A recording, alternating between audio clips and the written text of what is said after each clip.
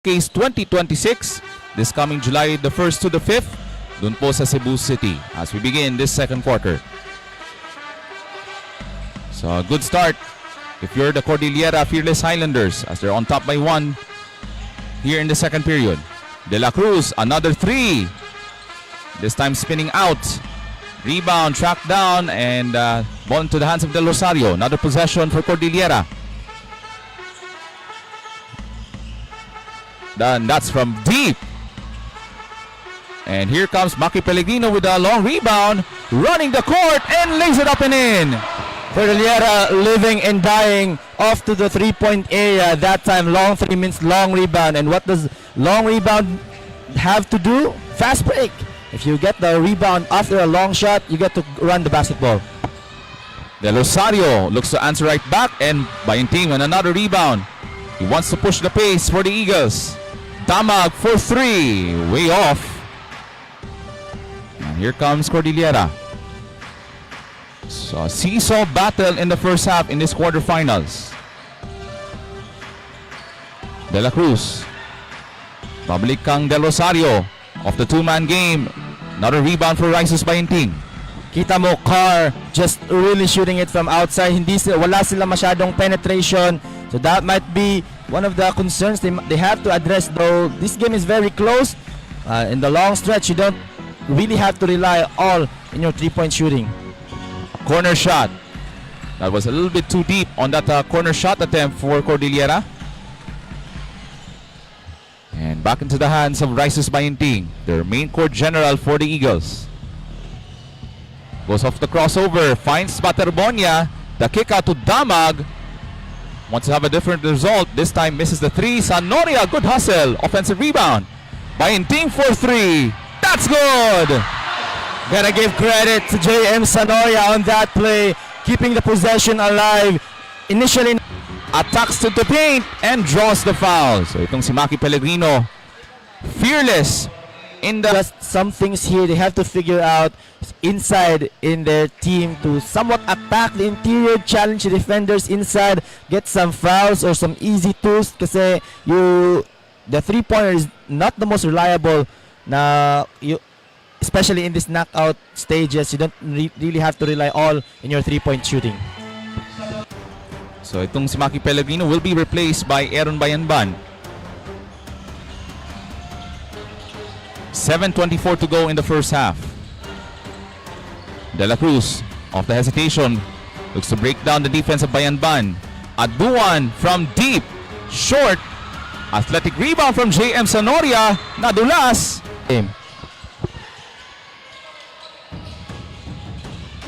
Now into the hands of Mangawang. Into the free throw line, the kick out to Aduan. Itong Cordillera living and dying with those 3-point attempts. Cordillera relying on those 3-point shots against a highly defensive Davao Eagles squad. Nice pass, and Sanoria dumps it through. What a feed from Aaron Bayanban. 7-point lead for the Eagles, the reigning champions of the 5-on-5 high school boys basketball tournament. And that's a steal from Matt Cayetano. Here comes Sanoria on the fast break. Launches, puts it up, rims out. And Algas with the rebound. Aduan, babalik ang Pascual. He loves that spot and knocks down another 3. Back-to-back threes here for Cordillera, still living and dying off to the three-point area. And Davao at least let the paint be a little bit more maluwag and medyo higpitan ng perimeter defense this time as JM Sanoria goes coast to coast on that layup. So you can see the athletic ability for JM Sanoria. And we got it away. Here comes Cordillera. De La Cruz from top of the key knocks down another 3 for Cordillera. And this team not going anywhere just yet in the second quarter. Tatlong straight na sunod-sunod na tres. Cordillera now, after missing at least 10 consecutive threes kanina, upping the ante now with 3 straight threes. Halfway point of the second quarter. Cayetano from the corner, short. And Aduan tracks it down para dito sa Fearless Highlanders. Algas, he'll try his luck. 3 is good and 1, and a rare 4-point play coming up for Algas. 12 straight points from downtown for the boys in green. Matt Cayetano that time with a foul and chance. Cordillera, as we have a 4-point play coming up from Algas, goes in and out, and Estradante with the rebound. Kasama niya si Bayanban, Pellegrino, Sanoria, and Luwage. Estradante almost lost it. Luwage able to baseline inbounds from Maki Pellegrino to the hands of Aaron Bayanban. Solid contribution in the second quarter. Pellegrino turns, shoots, but this time he misses. Adona with the rebound. Aduan now being chased by Luwage. Aduan thought he was fouled, but bola. Things up here at 31.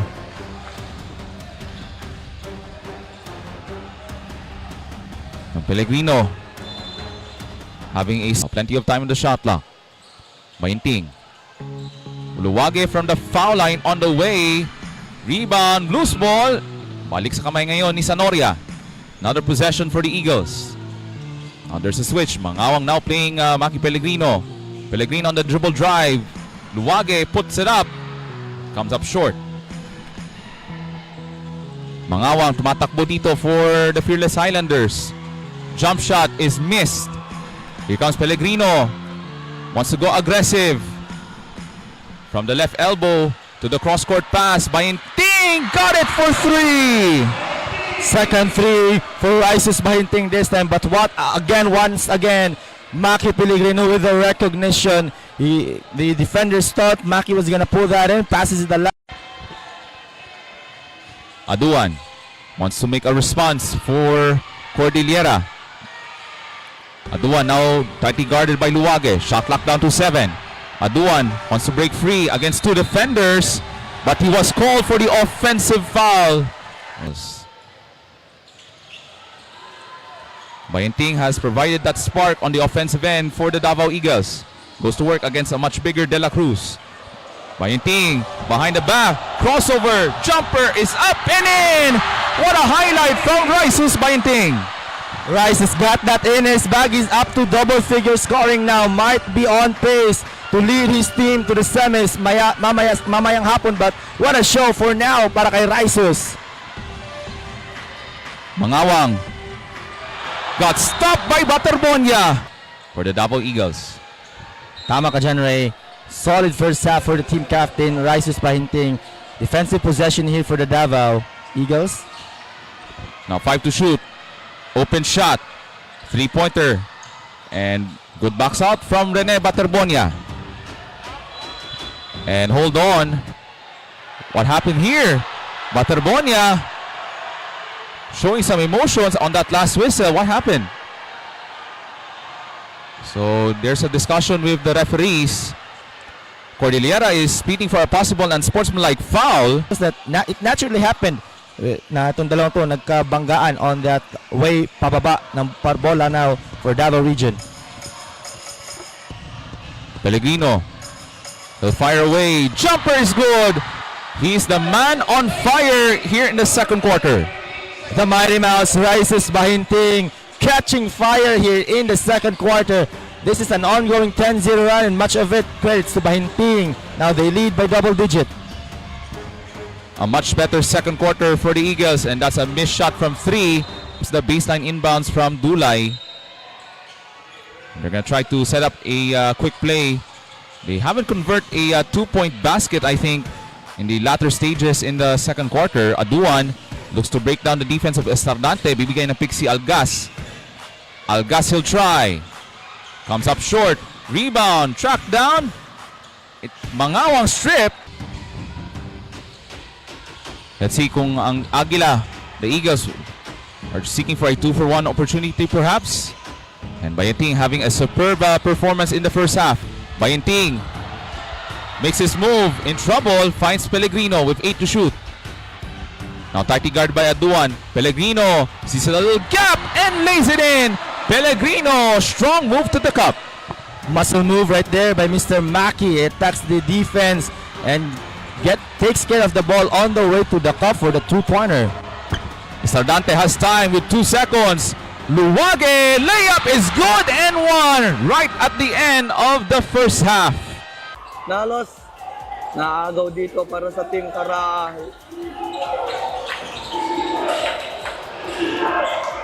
And here you go, Team Caraa.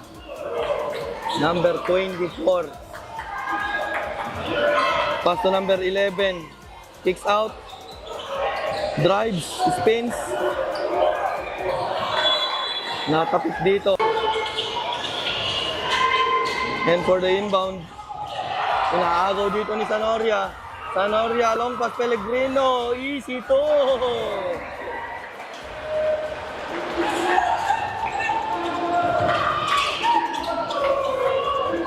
And number 25, Pascual. Number 15, sharing the... Sa Rex Corsida and Ban Cabana lead for the Davao Eagles. Now down to 5 in the shot clock. Pascual has to go to work. The spin inside. Great defense from Rene Baterbonia as he gets another rebound for the Eagles. Mainting pushing. Cayetano, flyby, three-pointer on the way, that's good! Yan yung sinasabi ko kahapon because we saw Matt Cayetano struggling in the first half or in a lot of stretches in that ball game. He needs to learn those flyby move, those fake. Kasi yung mga defenders na malayo pala nagkukumit na. He needs to do more of those, yung mga fakes and flybys in the corner. Del Rosario finally gets it to go from 3. A much-needed three-pointer to stop that scoring drought. Magmula pa sa second quarter ang Cordillera. But Pellegrino on the attack. He is now the man on fire to start the third quarter. Maki Pellegrino on that burst of speed when he crossed the half court. One dribble from the three-point line is all what he needs to do to get into the rim, and good concentration also for the finish. Mangawang. Almost a bad pass, but a turnover. Baterbonia running down the court. And that's another layup for the Davao Eagles. And the offense is flowing in a good way for the Davao Eagles in the third quarter. Tama ka dyan, Ray. Another steal. Matt Cayetano that time picking up the loose ball. Forward pass to Rene. And Rene does the finish on the tough breakaway layup. That's another missed shot. And here comes Sonoria. Now goes on the aggressive move. Puts it up and in. That's 2 more for the Davao Eagles. Has to make some more adjustments coming off the timeout. That time you saw them attacking the paint with that layup and they didn't settle for 3. But Maki here, so yun na nga, much more good thing to look forward for Cordillera, especially on that drive. Rare drive for them. Pascual. Inside, the Ompok off the turn. Comes up empty and a foul Here. 14 on the shot clock. Aduan pops out. Extra feed. De La Cruz short on the 3. The Ompok offensive rebound. And that pass went nowhere and a turnover for Cordillera. It's another bad possession for the Fearless Highlanders. They have to limit their turnovers if they want to. Bayenting. Now comes to work. Mabalik ang Pellegrino. Oh, no look pass to Baterbonia and he hammers it home. The Pellegrino Baterbonia pass to Rene. We've seen that movie a few times. Rene, hindi nag-alanganin. Papakita. It's a 20-point game, and for Maki Pellegrino, he has to make sure na he wants to take charge to maintain this lead. Puts it up. Baterbonia knocked loose. But good hustle by Sonoria. Pellegrino, feet set. 3 is short. Here comes Aduan. Still plenty of time for Cordillera to play catch up. But they have to do it now. Pascual. Great contest from Baterbonia as he got caught with a jump ball. He thought he was fouled and there was a tie-up. Kayang opinion. Kasi looked like a foul, but play on here. Pascual, quick release. And Diompok wants to go for the putback. That time, klarong-klaro naman yung foul na yon. Di Ompok saw it. Damag. Three-pointer. And that time he misses. Here comes Aduan. Pascual. That's another missed three-pointer here in the third quarter. But still has another possession for Cordillera. De La Cruz to the Ompok for three on the way. And rebound tracked down by Pellegrino. Now being played by Aduan. Pellegrino bibigay ng pick. He'll try a three. Rebound, loose ball, and Damag tracks it down. Back over to Maki Pellegrino with 9 to shoot. Goes aggressive. The drive is up and short. And that's another rebound, this time from Sanoria. Damag clobbered.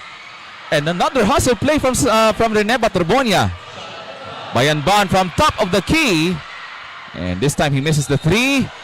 Offensive rebounds. Excellent hustle for the team. Sanoria misses the three-point attempt. As we're under 4 minutes to go in this third quarter. Nasa kamay ngayon ni Aduan, their main court general for the Cordillera region. De La Cruz adjusts in midair and scores.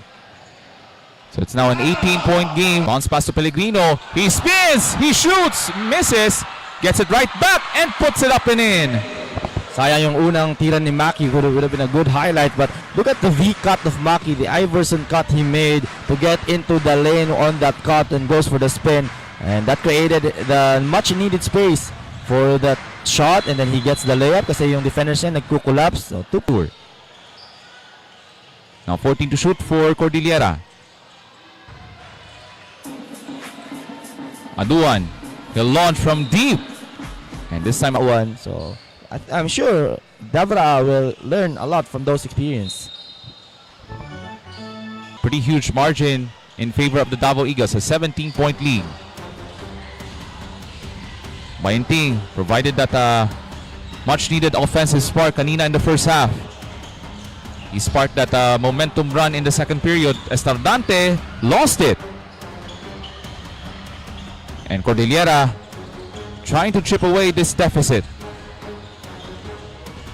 De La Cruz, one of their reliable shooters. Turnover on the offensive side. And here comes Bryce's Bayenting with a steal. But he was poked away by Diompok. Pascual, quick release. That three-pointer is good, and it's now a 14-point game. Pascual continues his hot shoot all throughout the tournament.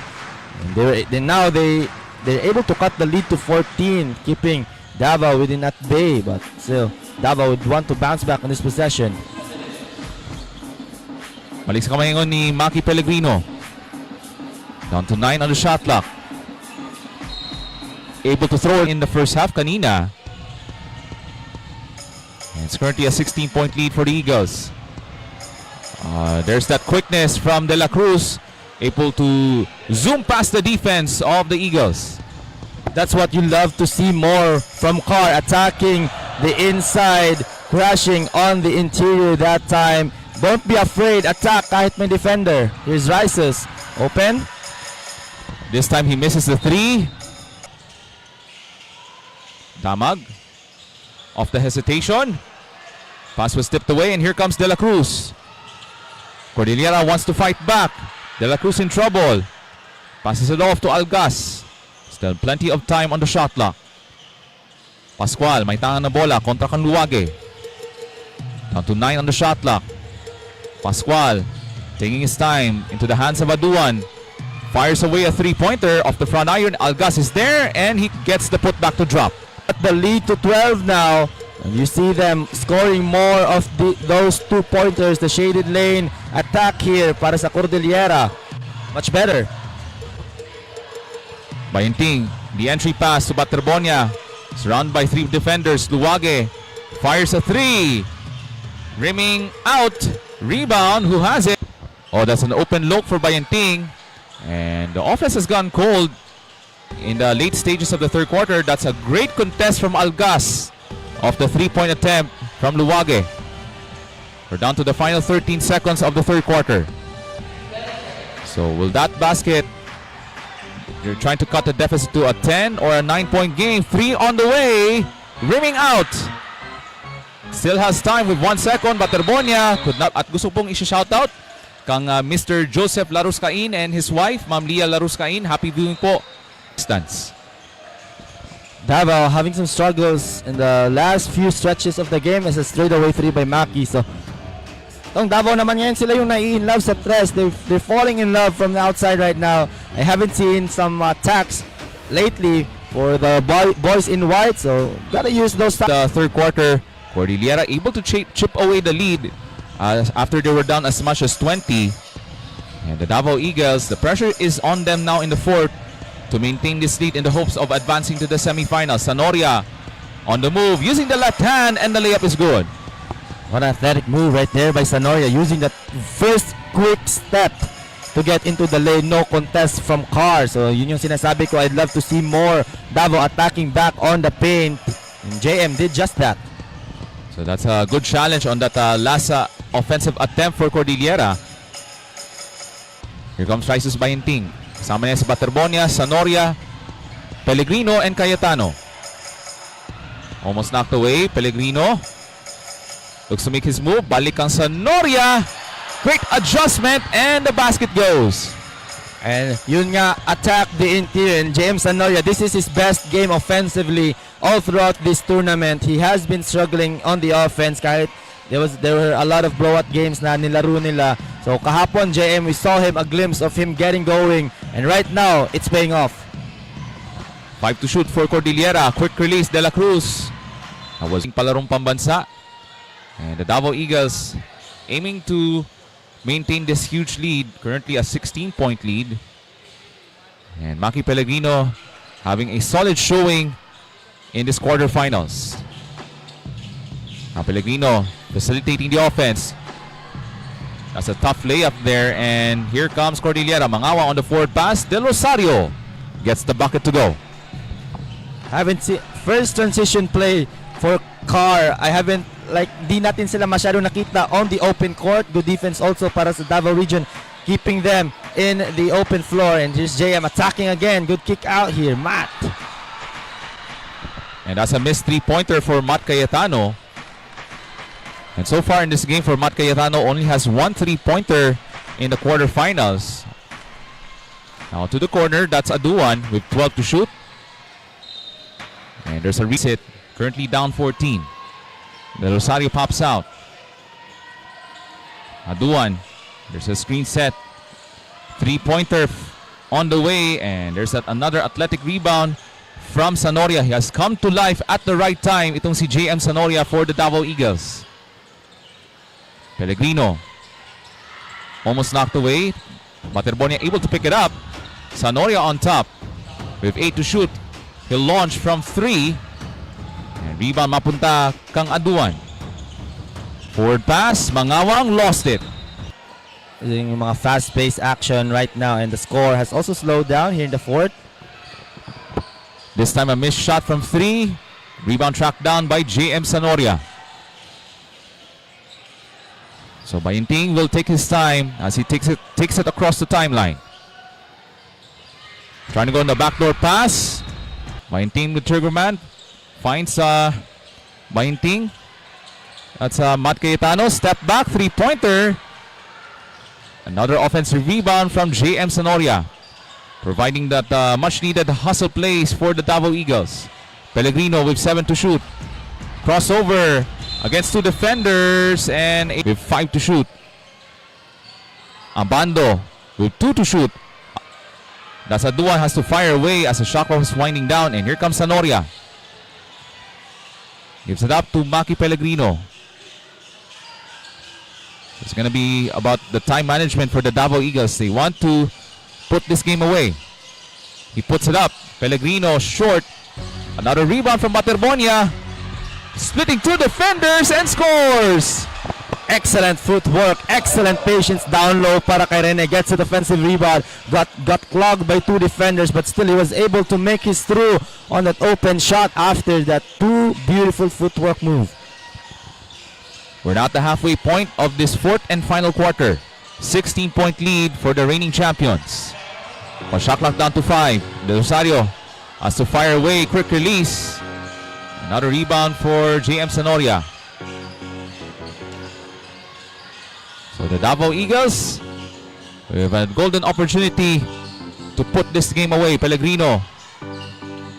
Bayanban for 3. Hold on. For De La Cruz. Tough move. Got cut off.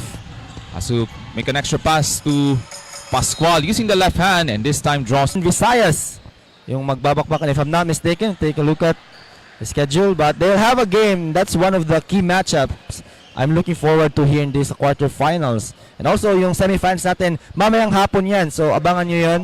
We have 2 knockout sessions. Here comes Rices Bayenting, having a solid outing, especially on the offensive end for the Davao Eagles. Sanoria, solid quarterfinals game for him. Step back jumper comes up short. Here comes Mangawang challenging Sanoria and gets the layup to go. A 13-point game with under 4 minutes to go in this 4th and final quarter. Itong Cordillera not going anywhere just yet. And the Fearless Highlanders wants to make a defensive stop. Bayanban to the corner. He'll try. 3-pointer is up and short. Baterbonia Get more separation here and put this game away. having a solid ball game in the quarterfinals, but that free throw is no good. So 1 for 2 for Rene Baterbonia to make it a 14-point lead, 69-55. Mangawang in the paint. Balik sa labas kang De La Cruz. So a decent showing for De La Cruz in the quarterfinals. Follow-away jumper way off. Information of everybody, especially hindi pa to na put into public. So mga kami sa makita lang namin dito, and for the information sa nalaman namin dito, Region 1 po ang aabante on that triple tie for Bracket A. It was a triple tie between Region 1, the Ilocos Region, Eastern Visayas, and Caraga. So for the information of everybody, ang Ilocos Region po ang umabante sa quarterfinals. They will go. And Region 11 still maintaining this double-digit lead. And they're really stepping up the defensive plays throughout the second half. Kaya they're still in control on their first quarterfinals. Pascual sees a little gap, but that comes up short. Pellegrino now pushing the pace. Finds Sanoria. Rebound tracked down by Mangawang. De La Cruz on a cross-court pass. Pascual with a difficult catch, able to pick it up. But time is not on the side of Cordillera, but they have to put this shot away quickly. 9 to shoot. Poke from behind. Pellegrino, what a save! Baterbonia forward pass to Bayanban, blocked. But Baterbonia able to chase it down. Pellegrino to the corner, Bayanban. The extra pass, Luwage for 3. No. Not a rebound for the Davao Eagles. So itong Davao Eagles crashing the offensive boards throughout the second half as we're under 2 to play in this contest. Pellegrino fires. Rebound by Sanoria. Bayanban. Rebound by Baterbonia again. Gets it to go and one. That finals for the Davao Eagles. Oh, that's a rebound from Luwage. The Davao Eagles now unleashing their size advantage with those offensive rebounds. Back over to Luwage. Entry pass. Sanoria hook shot is up and short. Currently a 16-point lead for the Davao Eagles. Shot is missed. And that's another rebound. Here comes Baterbonia. One man to beat. And he puts it up and in. An excellent game to put this game away. An outstanding second half performance for the Davao Eagles as we're under a minute to go sa ating 4th and final quarter. And the Eagles will be the first team to book their ticket to the semi-final. James Calonia, thank you for watching sa ating live stream. Atid sa inyo ng J Project Sports. As the Davao Eagles about to empty their bench. As Rene Baterbonia and Maki Pellegrino leading the way in this quarterfinals. We're down to 13 on the shot clock. So this is cleanup time now in this first quarterfinals game ngayong umaga. And also for the information of everybody, the winner between NCR and Northern Mindanao will face a Davao region on the semifinals mamaya. So lots of people are looking forward to that one. So that might be another tough test for Davao. They'll face NCR or Northern Mindanao later this afternoon as we wrap things up here